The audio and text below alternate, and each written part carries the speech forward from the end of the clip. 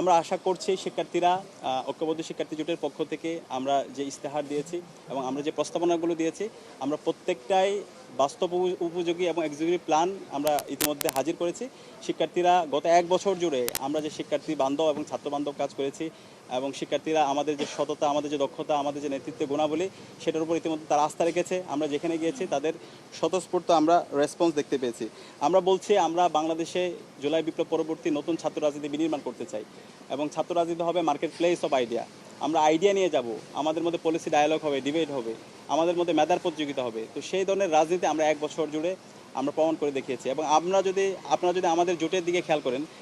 এখানে আমরা বৈচিত্র্যের মধ্যে ঐক্য নিয়ে আসার চেষ্টা করেছি। আমরা বলছি আমাদের রাজনীতি এবং আমাদের একাডেমিয়া দুইটার মধ্যে ব্যালেন্স করতে হবে।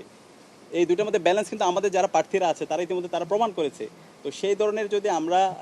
প্রত্যেকে বিশ্ববিদ্যালয়ের শিক্ষার্থীরা আমাদের এই পড়াশোনা এবং আমাদের রাজনীতি অ্যাক্টিভিজম দুটার মধ্যে ব্যালেন্স করতে পারি, তাহলে আমাদের যে স্বপ্নের ক্যাম্পাস সেটা আমরা বিনির্মাণ করতে পারবো। তো আমাদের যে স্লোগান, সেই স্লোগানটা হচ্ছে এরকম: স্বপ্নের ক্যাম্পাস গড়ার পথযাত্রী, আমরা থামবো না। যে স্বপ্ন নিয়ে আমরা একজন ফার্স্ট ইয়ার শিক্ষার্থী ঢাকা বিশ্ববিদ্যালয়ে ভর্তি হই, বিশ্ববিদ্যালয়ে ভর্তি হওয়ার সময় আমাদের স্বপ্ন থাকে আমরা এখানে চমৎকার একাডেমিক এনভায়রনমেন্ট পাবো, আমাদের ক্লাসের মধ্যে আমাদের শিক্ষকরা হবে সিনিয়র স্কলার, আমরা হবে জুনিয়র স্কলার,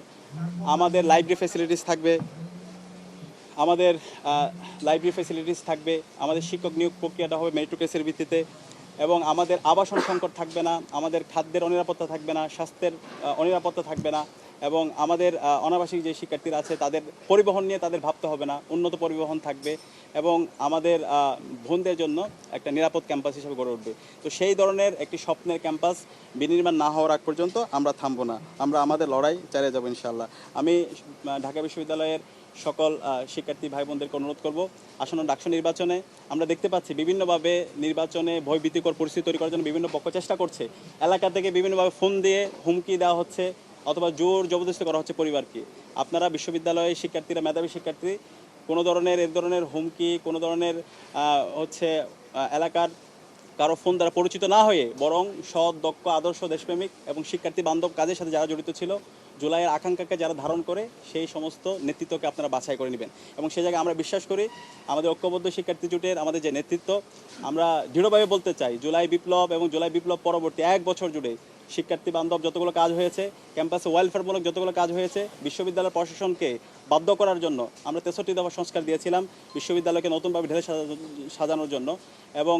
আমাদের অনেকগুলো ওয়েলফেয়ারমূলক আমরা কাজ করেছি যেগুলো শিক্ষার্থীরা স্বতঃস্ফূর্ততার সাথে আমাদেরকে গ্রহণ করেছে এবং একই সাথে